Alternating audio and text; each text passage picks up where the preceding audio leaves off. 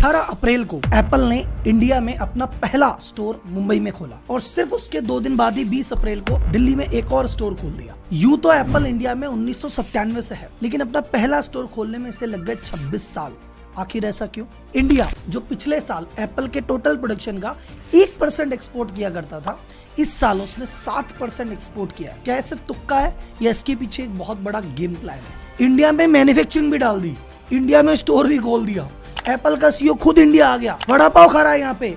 ऐसा क्या हो गया इंडिया में जो इंडिया के आगे पीछे इतना घूम रहा है? इतनी मेहरबानी क्यों? अभी तक तो कुछ समय पहले तो चाइना को डार्लिंग मान के बैठा था। अमेरिकन तो भैया इतने स्वार्थी आदमी, बिना मतलब किसी के बाप के सगे नहीं, तो इंडिया के पीछे मेहरबान है तो उसके पीछे का कारण क्या है? और जब कोई कंपनी किसी कंट्री पे मेहरबान होती है तो क्या क्या स्टेप उठाती है और कैसे पता पड़ता है कि ये कंपनी इस देश को लेकर सीरियस हो गई है? इस वीडियो में करेंगे इन सभी चीजों का डिटेल एनालिसिस। देखो, ये खबर की स्टोर खुल गया, ये सबको पता है, सबने छाप दी, वीडियो बना दी। बस खबर के पीछे की खबर क्या है वो आपको सिर्फ इस चैनल पे मिलेगी, आम आदमी के लिए आम भाषा में।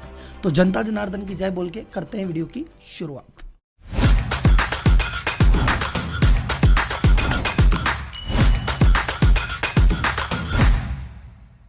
बात शुरू करते हैं शुरू से।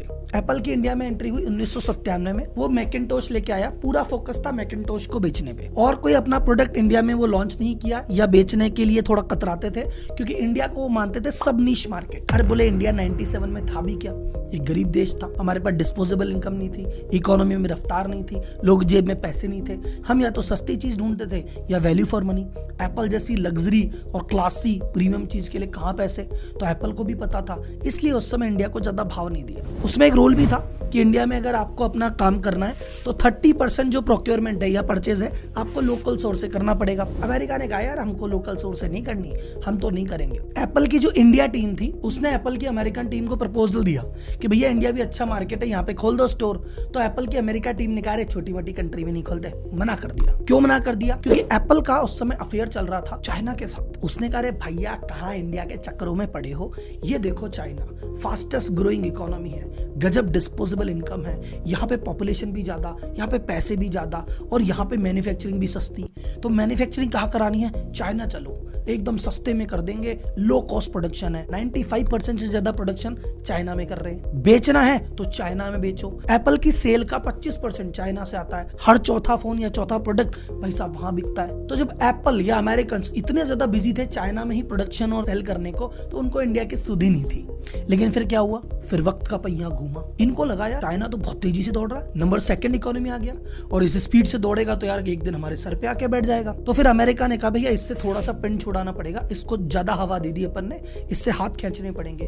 पर भैया हाथ खींचे नहीं जा रहे, क्योंकि सारा प्रोडक्शन उनके भरोसे, सारी सेल भी लगभग उनके भरोसे, तो यार इनको छोड़े बगैर पार तो नहीं पड़ेगी। लेकिन अब क्या करें? बीच में कोरोना वाला लफड़ा आ गया, फिर चाइना आंखें दिखाने लग गया, उधर से ट्रेड वॉर होने लग गया। 2013 के आसपास अमेरिका ने रेडियो, पूरे वर्ल्ड ने स्ट्रेटजी बनाई कि यार चाइना पे डिपेंडेंसी थोड़ी ज्यादा हो गई है, अपन को स्ट्रेटजी बनानी पड़ेगी चाइना +1, यानी चाइना में तो अपना बेस रखो क्योंकि यहाँ सस्ता भी है और सेल भी है, लेकिन चाइना पे डिपेंडेंसी मत रखो। चाइना के अलावा एक कंट्री, एक जगह और डेवलप करनी पड़ेगी, ताकि कल को कोई टेंशन हो गई, कोई दिक्कत हो गई तो अपने पास भैया दूसरा जुगाड़ तो हो, रिप्लेसमेंट तो हो। तो अमेरिका बोला भैया चाइना का रिप्लेसमेंट चाहिए, तो कौन सी वो कंट्री है जो चाइना को रिप्लेस कर सकती है? कमेंट बॉक्स में नाम बताओ फटाफट, और मुझे पता है कमेंट बॉक्स भर जाएगा इस नाम से, जो नाम है इंडिया। इंडिया एग्जैक्टली उसी पोजीशन पे बैठा है जहां पे चाइना आज से 15-20 साल पहले बैठा था। उस समय चाइना सबसे ग्रोइंग इकोनॉमी थी, आज इंडिया सबसे ग्रोइंग इकोनॉमी है। उस समय चाइना की डिस्पोजेबल इनकम बढ़ रही थी, आज की डेट में इंडिया की डिस्पोजेबल इनकम बढ़ रही है। उस समय चाइना में यूथ बहुत ज्यादा था, आज इंडिया में यूथ बहुत ज्यादा है। तो एप्पल बोला मिल गया रिप्लेसमेंट, इधर जाना मांगता है। पिछले साल इंडिया में जो एप्पल की सेल है वो ये 6 बिलियन, यानी भारतीय रुपयों में 50,000 करोड़ रुपए की सेल हमने करी है।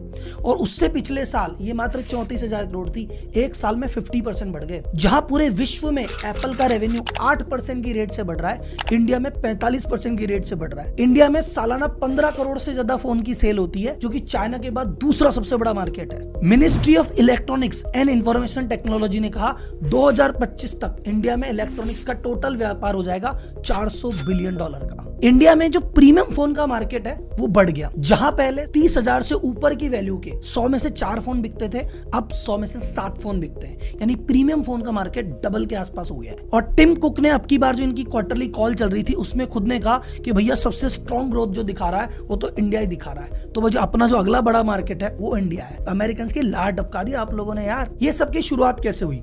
मैंने कहा 2013 में इन्होंने सोचा था चाइना प्लस वन स्ट्रेटजी का, तब से ढूंढना चालू किया। 2016 में लगा India is the market. Tim Cook Apple का सीईओ जिस कंट्री को गिनते ही नहीं थे, 16 में खुद इंडिया आना पड़ा और आके इंडियन गवर्नमेंट से बात की कि इंडियन गवर्नमेंट क्या कहते हो, जो तुम्हारा 30% जो लोकल सोर्सिंग की रिक्वायरमेंट है अगर इसमें छूट दे दो तो हम यहाँ कर लें प्रोडक्शन चालू। अब की बार इंडियन गवर्नमेंट ने मना कर दिया, जा नहीं देते। लेकिन उन्होंने कहा भैया इंडिया में है ना पैर तो रखना पड़ेगा, तो उन्होंने हैदराबाद में एक बड़ी रिसर्च लैब खोली और 4,000 आदमी वहां पे एम्प्लॉय किए और इंडियन गवर्नमेंट को कहा देखो रोजगार दे रहे हैं, आगे भी देंगे, मालिक थोड़ी कृपा करो। गवर्नमेंट ने कहा सोचते हैं। 16 के बाद से इन्होंने कहा कि यार ठीक है इंडिया पे थोड़ा दबाव बनाना है तो थोड़ा थोड़ा प्रोडक्शन चालू करना पड़ेगा। इंडिया जब देखेगी यार इतना प्रोडक्शन कर रहे हैं, इतना रोजगार कर रहे हैं, शायद थोड़ा मौका दे। तो 2017 के बाद से धीरे धीरे लोकल प्रोडक्शन इन्होंने बढ़ाना चालू कर दिया। 2008 से लेकर 18 तक का टोटल करें तो 10 करोड़ से ज्यादा फोन बिक चुके थे। जैसा मैंने आपको कहा था कि अगर कोई भी बड़ी कंपनी का किसी देश में इंटरेस्ट करता है तो सबसे पहले क्या करती है? सबसे पहले उनका मेन बंदा आता है और पीएमवीएम से बात करता है। 2016 में ट्राई करके देख लिया।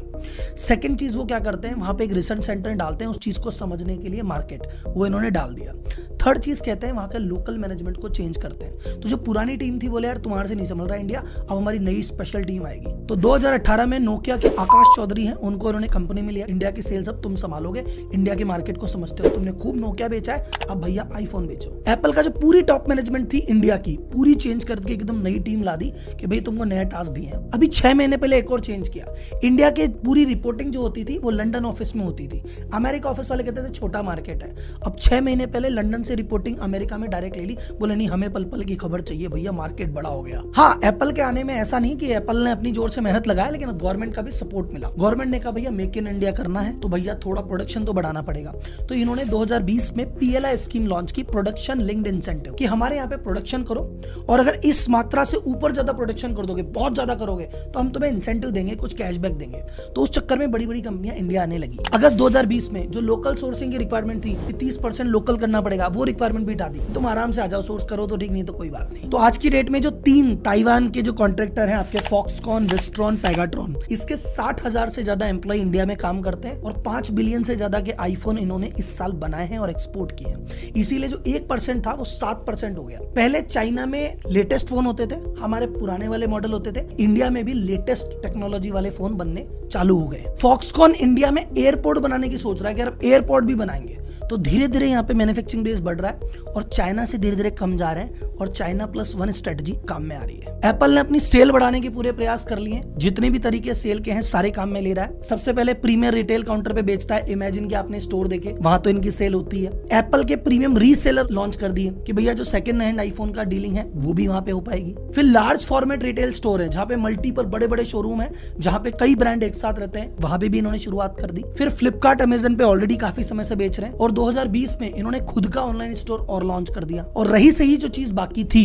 वो इन्होंने स्टोर खोल के अभी 18 अप्रैल को पूरी कर दी। आप सोचो एप्पल इतनी पुरानी कंपनी है और 200 देश है, पर इंडिया सिर्फ 23वां देश है जिन्होंने उन्होंने खुद का स्टोर खोला है। आज के पहले सिर्फ 22 देश थे जिन्होंने काबिल समझा था कि यार यहाँ पे अपना स्टोर खोलना चाहिए। इंडिया 23वां देश है। तो सबसे ज्यादा स्टोर है यूएस में 271, फिर चाइना में है 53, यूके में है 39, इंडिया में अभी 2 हो गए। मुझे लगता है कि अगले 5 से 10 साल में इंडिया में भी शायद 8 से 10 स्टोर हो जाएंगे और टॉप 10 कैटेगरी में इंडिया लीड करेगा। तो इस एप्पल के नए स्टोर के लिए भैया हजारों एप्लीकेशन आई थी, उसमें से 170 लोग सिलेक्ट हुए हैं। इनको एप्पल के बड़े बड़े जो स्टोर्स हैं कंट्री, वहां बुलाया गया, वहां का एक्सपीरियंस दिया गया, 8 महीने ट्रेनिंग दी गई है, तब जाके स्टोर इन्होंने लॉन्च किया है। और मैं आपको बस जाते जाते एक बात बताना चाहता हूँ, भाई लोग आगे बढ़ो, खूब पैसे कमाओ।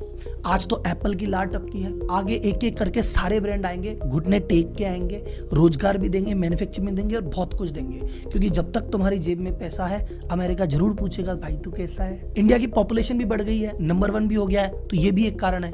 पर ये पॉपुलेशन बढ़ने से फायदा हुआ है या नुकसान हुआ है, ये अपन अगली वीडियो में कवर करते हैं। तो अगली वीडियो का बेसब्री से वेट करना, उसमें मैं बताऊंगा कि जो पॉपुलेशन बढ़ी है ये फायदे की चीज है कि माइनस की चीज है, और माइनस है तो प्लस कैसे होगा। अगर आपको लगता है कि छोटी सी खबर कि यार एप्पल ने स्टोर खोल दिया, स्टोर के पीछे इतनी बड़ी खबर बनाई और इतनी डिटेल बताई है, तो वीडियो को अप्रिसिएशन जरूर देना। चैनल सब्सक्राइब करो तो आपकी इच्छा है, बाकी अगली पॉपुलेशन की वीडियो में मिलते हैं जरूर। धन्यवाद, जय हिंद।